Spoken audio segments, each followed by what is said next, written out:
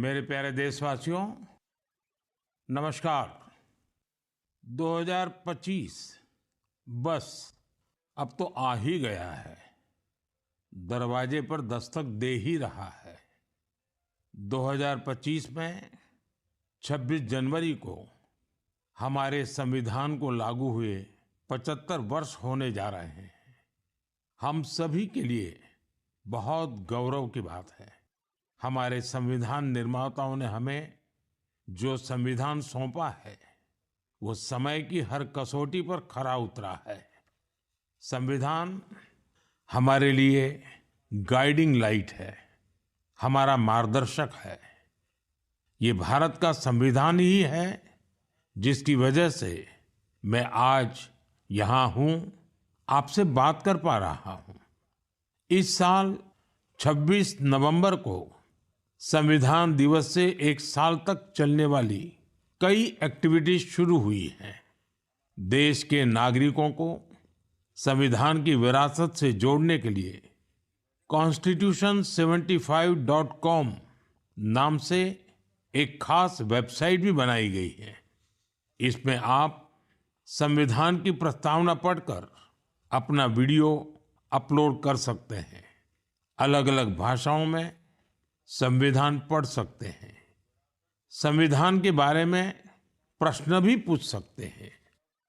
मन की बात के श्रोताओं से, स्कूल में पढ़ने वाले बच्चों से, कॉलेज में जाने वाले युवाओं से मेरा आग्रह है, इस वेबसाइट पर जरूर जाकर देखें, इसका हिस्सा बने। साथियों, अगले महीने 13 तारीख से प्रयागराज में महाकुंभ भी होने जा रहा है। इस समय वहां संगम तट पर जबरदस्त तैयारियां चल रही है। मुझे याद है, अभी कुछ दिन पहले जब मैं प्रयागराज गया था तो हेलीकॉप्टर से पूरा कुंभ क्षेत्र देखकर दिल प्रसन्न हो गया था। इतना विशाल, इतना सुंदर, इतनी भव्यता।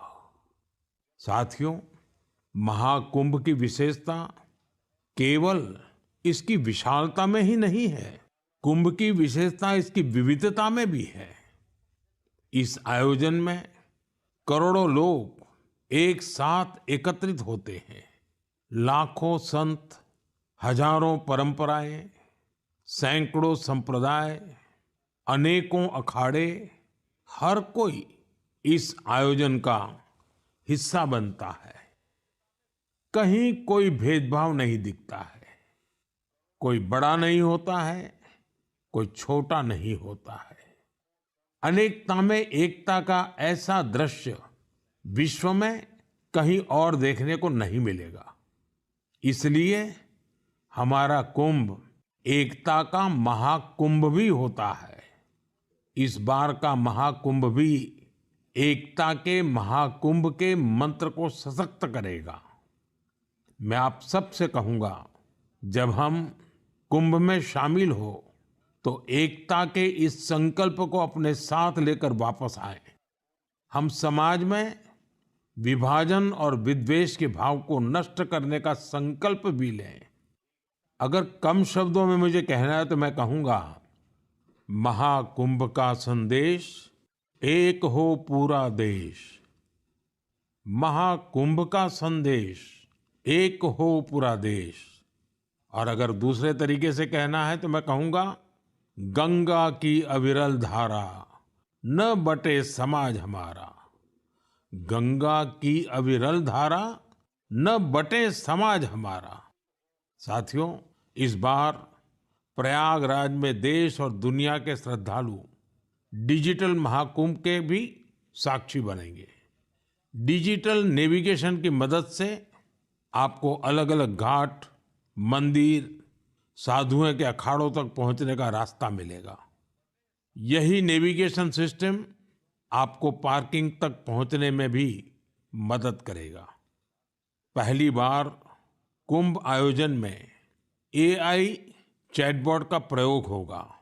एआई चैटबॉट के माध्यम से 11 भारतीय भाषाओं में कुंभ से जुड़ी हर तरह की जानकारी हासिल की जा सकेगी। इस चैटबॉट से कोई भी टेक्स्ट टाइप करके या बोलकर किसी भी तरह की मदद मांग सकता है। पूरा मेला क्षेत्र को एआई पावर्ड कैमरा से कवर किया जा रहा है। कुंभ में अगर कोई अपने परिचित से बिछड़ जाएगा तो इन कैमरों से उन्हें खोजने में भी मदद मिलेगी। श्रद्धालुओं को digital lost and found centre की सुविधा भी मिलेगी। श्रद्धालुओं को मोबाइल पर गवर्नमेंट अप्रूव्ड टूर पैकेजेस, ठहरने की जगह और होम स्टे के बारे में भी जानकारी दी जाएगी। आप भी महाकुंभ में जाएं तो इन सुविधाओं का लाभ अवश्य उठाएं। और हाँ, हैशटैग एकता का महाकुंभ के साथ अपनी सेल्फी जरूर अपलोड करिएगा। साथियों, मन की बात यानी MKB में अब बात KTB की। जो बड़े बुजुर्ग हैं उनमें से बहुत से लोगों को KTB के बारे में पता नहीं होगा, लेकिन जरा बच्चों से पूछिए। KTB उनके बीच बहुत ही सुपरहिट है। KTB यानी क्रश, त्रुश और बाल्टी बॉय। आपको शायद पता होगा, बच्चों की पसंदीदा एनिमेशन सीरीज और उसका नाम है KTB भारत है हम। और अब इसका दूसरा सीजन भी आ गया है। ये 3 एनिमेशन कैरेक्टर हमें भारतीय स्वतंत्रता संग्राम के उन नायक नायिकाओं के बारे में बताते हैं जिनकी ज्यादा चर्चा नहीं होती। हाल ही में इसका सीजन 2 बड़े ही खास अंदाज में international film festival of India Goa में लॉन्च हुआ। सबसे शानदार बात यह है कि ये सीरीज न सिर्फ भारत की कई भाषाओं में बल्कि विदेशी भाषाओं में भी प्रसारित होती है। इसे दूरदर्शन के साथ साथ अन्य OTT प्लेटफॉर्म पर भी देखा जा सकता है। साथियों, हमारी एनिमेशन फिल्मों की, रेगुलर फिल्मों की, टीवी सीरियल्स की पॉपुलैरिटी दिखाती है कि भारत की क्रिएटिव इंडस्ट्री में कितनी क्षमता है। यह इंडस्ट्री न सिर्फ देश की प्रगति में बड़ा योगदान दे रही है, बल्कि हमारी इकोनॉमी को भी नई ऊंचाइयों पर ले जा रही है। हमारी फिल्म एंड एंटरटेनमेंट इंडस्ट्री बहुत विशाल है। देश की कितनी ही भाषाओं में फिल्में बनती हैं, क्रिएटिव कंटेंट बनता है। मैं अपनी फिल्म और एंटरटेनमेंट इंडस्ट्री को इसलिए भी बधाई देता हूं क्योंकि उसने एक भारत श्रेष्ठ भारत के भाव को सशक्त किया है।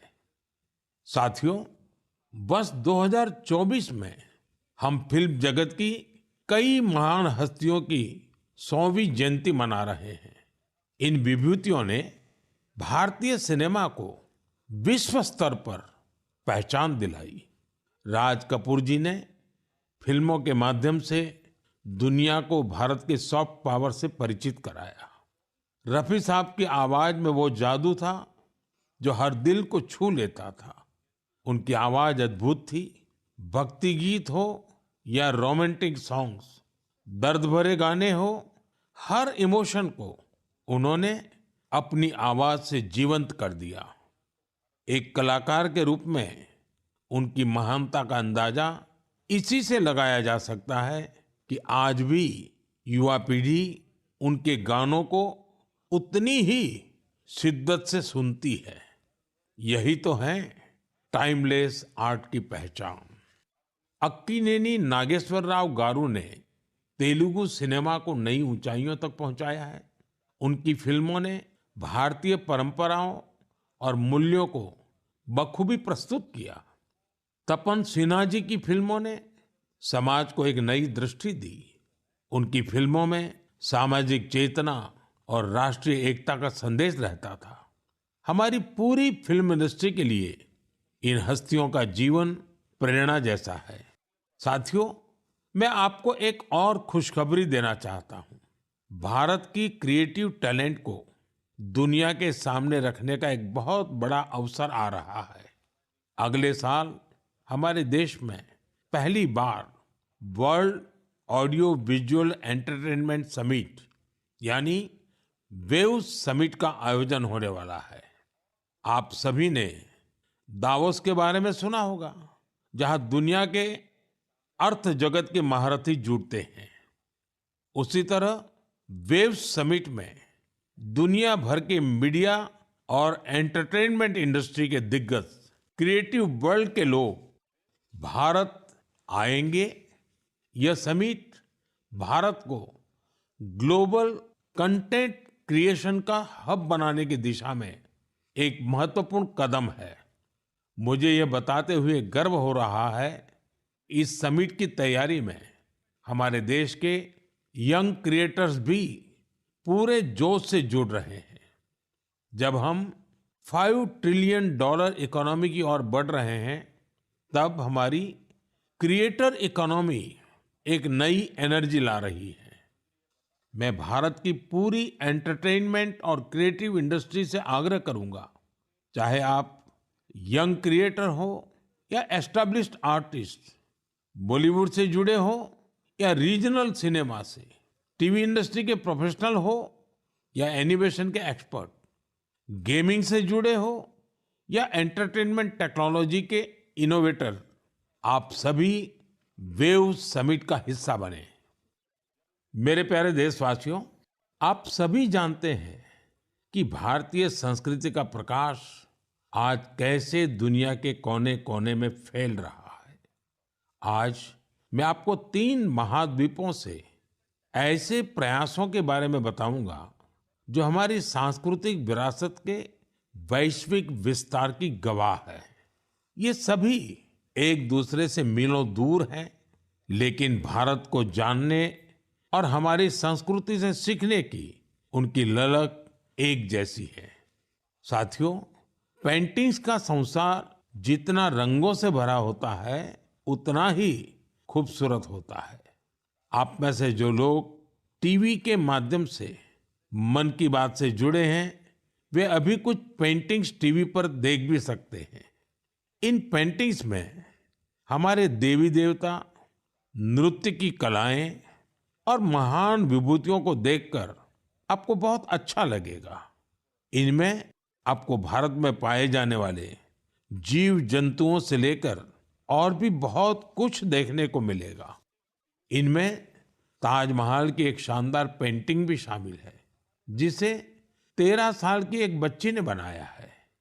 आपको ये जानकर हैरानी होगी कि इस दिव्यांग बच्ची ने अपने मुंह से इस पेंटिंग को तैयार किया है।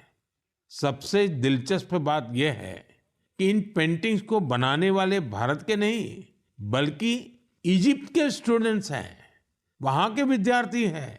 कुछ ही हफ्ते पहले इजिप्ट के करीब 23,000 स्टूडेंट्स ने एक पेंटिंग प्रतियोगिता में हिस्सा लिया था। वहां उन्हें भारत की संस्कृति और दोनों देशों के ऐतिहासिक संबंधों को बताने वाली पेंटिंग तैयार करनी थी। मैं इस प्रतियोगिता में हिस्सा लेने वाले सभी युवाओं की सराहना करता हूं। उनकी क्रिएटिविटी की जितनी भी प्रशंसा की जाए वो कम है। साथियों, दक्षिण अमेरिका का एक देश है पराग्वे। वहां रहने वाले भारतीयों की संख्या 1,000 से ज्यादा नहीं होगी। पराग्वे में एक अद्भुत प्रयास हो रहा है। वहां भारतीय दूतावास में Erika Huber free Ayurveda consultation देती है। आयुर्वेद की सलाह लेने के लिए आज उनके पास स्थानीय लोग भी बड़ी संख्या में पहुंच रहे हैं। एरिका ह्यूबर ने भले ही इंजीनियरिंग की पढ़ाई की हो, लेकिन उनका मन तो आयुर्वेद में ही बसता है। उन्होंने आयुर्वेद से जुड़े कोर्सेज किए थे और समय के साथ वे इसमें पारंगत होती चली गई।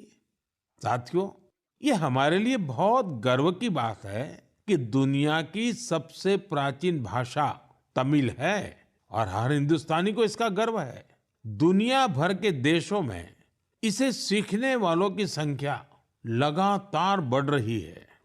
पिछले महीने के आखिर में फिजी में भारत सरकार के सहयोग से तमिल टीचिंग प्रोग्राम शुरू हुआ। बीते 80 वर्षों में यह पहला अवसर है जब फिजी में तमिल के ट्रेन टीचर्स इस भाषा को सिखा रहे हैं। मुझे ये जानकर अच्छा लगा कि आज फिजी के स्टूडेंट्स तमिल भाषा और संस्कृति को सीखने में काफी दिलचस्पी ले रहे हैं। साथियों, ये बातें, ये घटनाएं सिर्फ सफलता की कहानियां नहीं है, ये हमारी सांस्कृतिक विरासत की भी गाथाएं हैं। ये उदाहरण हमें गर्व से भर देते हैं। आर्ट से आयुर्वेद तक और लैंग्वेज से लेकर म्यूजिक तक भारत में इतना कुछ है जो दुनिया में छा रहा है। साथियों, सर्दी के इस मौसम में देश भर से खेल और फिटनेस को लेकर कई एक्टिविटीज हो रही हैं। मुझे खुशी है कि लोग फिटनेस को अपनी दिनचर्या का हिस्सा बना रहे हैं। कश्मीर में स्कीइंग से लेकर गुजरात में पतंगबाजी तक हर तरफ खेल का उत्साह देखने को मिल रहा है। संडे ऑन साइकिल और साइकिलिंग ट्यूसडे जैसे अभियानों से साइकिलिंग को बढ़ावा मिल रहा है। साथियों, अब मैं आपको एक ऐसी अनोखी बात बताना चाहता हूं जो हमारे देश में आ रहे बदलाव और युवा साथियों के जोश और जज्बे का प्रतीक है। क्या आप जानते हैं कि हमारे बस्तर में एक अनूठा ओलंपिक शुरू हुआ है?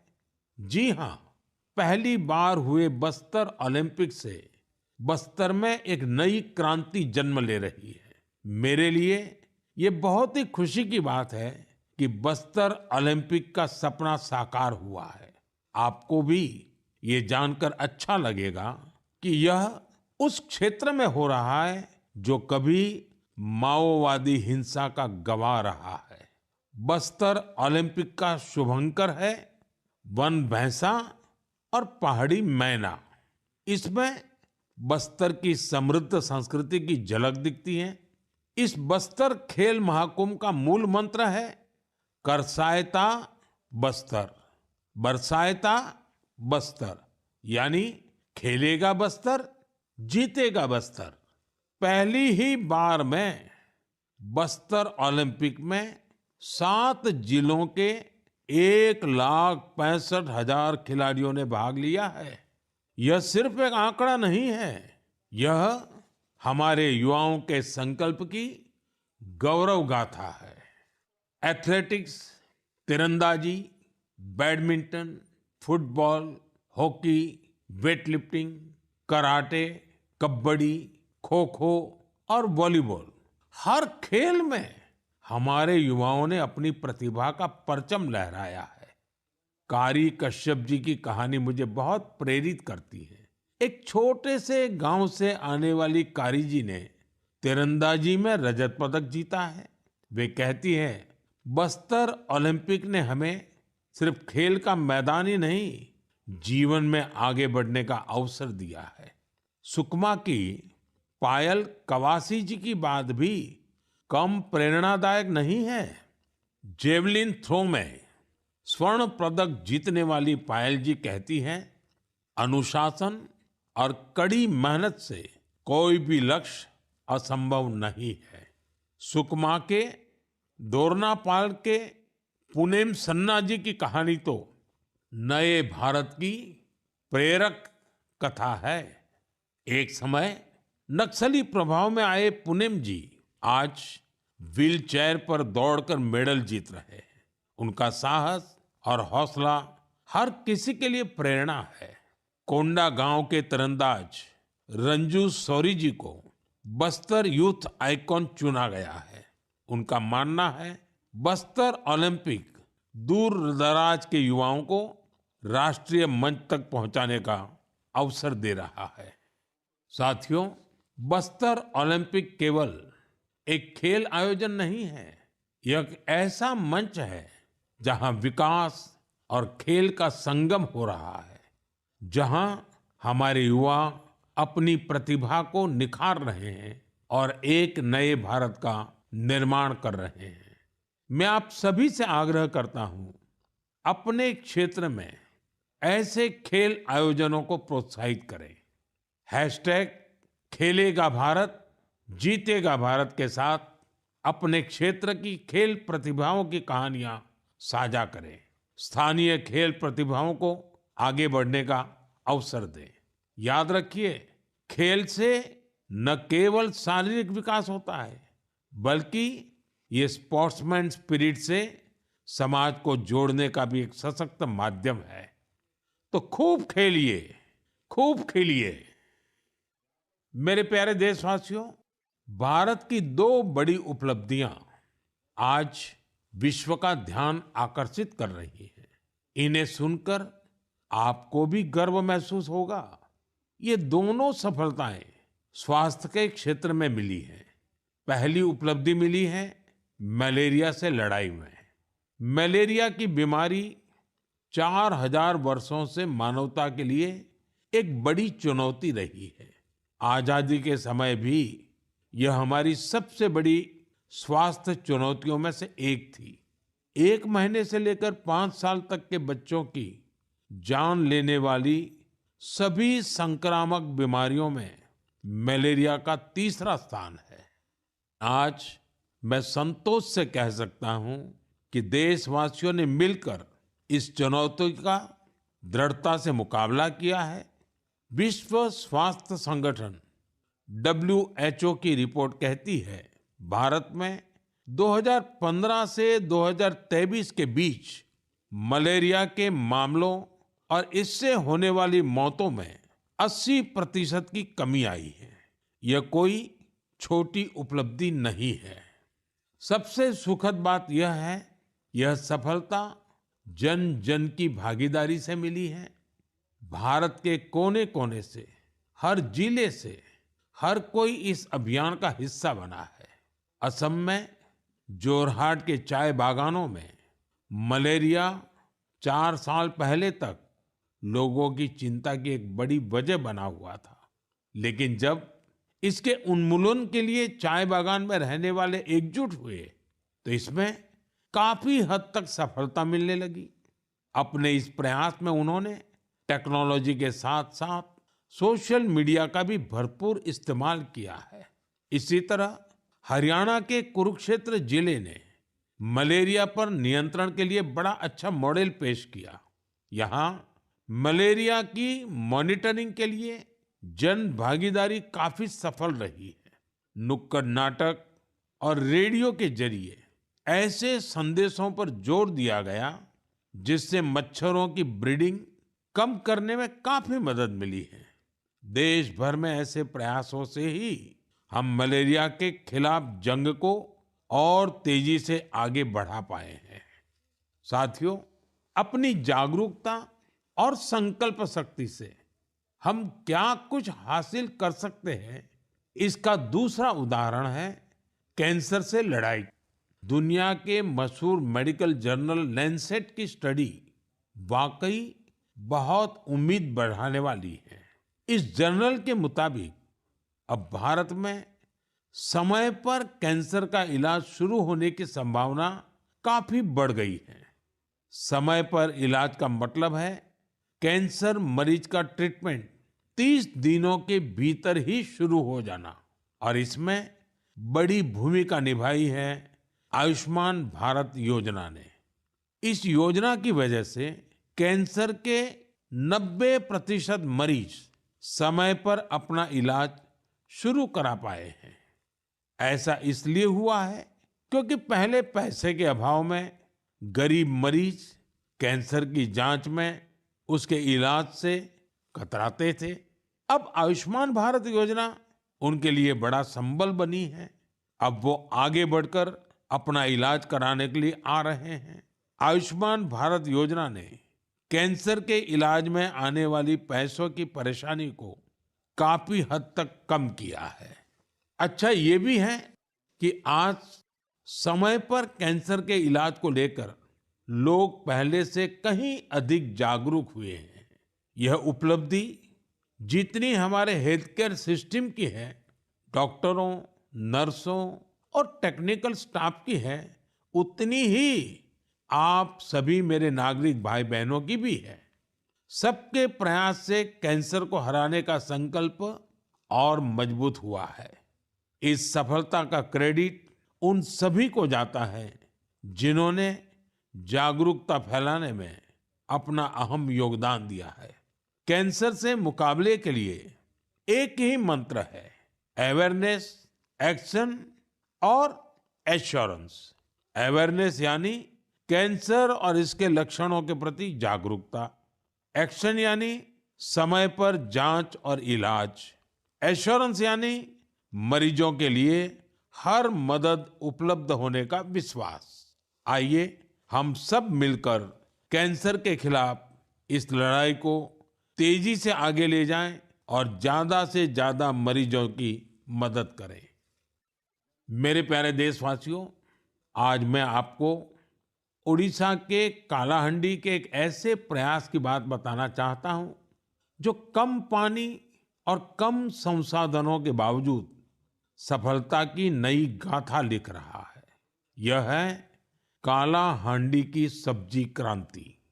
जहां कभी किसान पलायन करने को मजबूर थे, वहीं आज कालाहांडी का गोला मुंडा ब्लॉक एक वेजिटेबल हब बन गया है।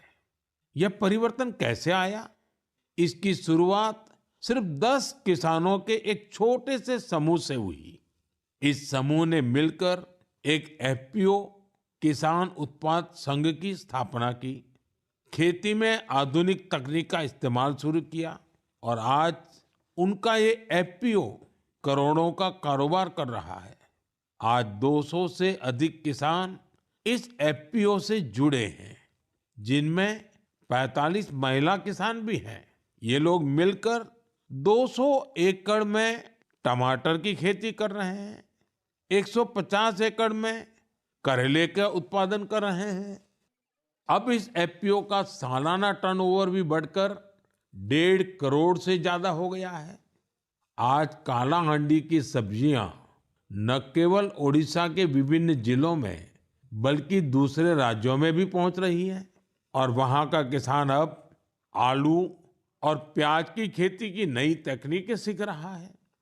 साथियों, कालाहांडी की यह सफलता हमें सिखाती है कि संकल्प शक्ति और सामूहिक प्रयास से क्या नहीं किया जा सकता। मैं आप सभी से आग्रह करता हूं, अपने क्षेत्र में एफपीओ को प्रोत्साहित करें, किसान उत्पादक संगठनों से जुड़ें और उन्हें मजबूत बनाएं। याद रखिए, छोटी शुरुआत से भी बड़े परिवर्तन संभव है। हमें बस दृढ़ संकल्प और टीम भावना की जरूरत है। साथियों, आज की मन की बात में हमने सुना कि कैसे हमारा भारत विविधता में एकता के साथ आगे बढ़ रहा है। चाहे वो खेल का मैदान हो या विज्ञान का क्षेत्र, स्वास्थ्य हो या शिक्षा, हर क्षेत्र में भारत नई ऊंचाइयों को छू रहा है।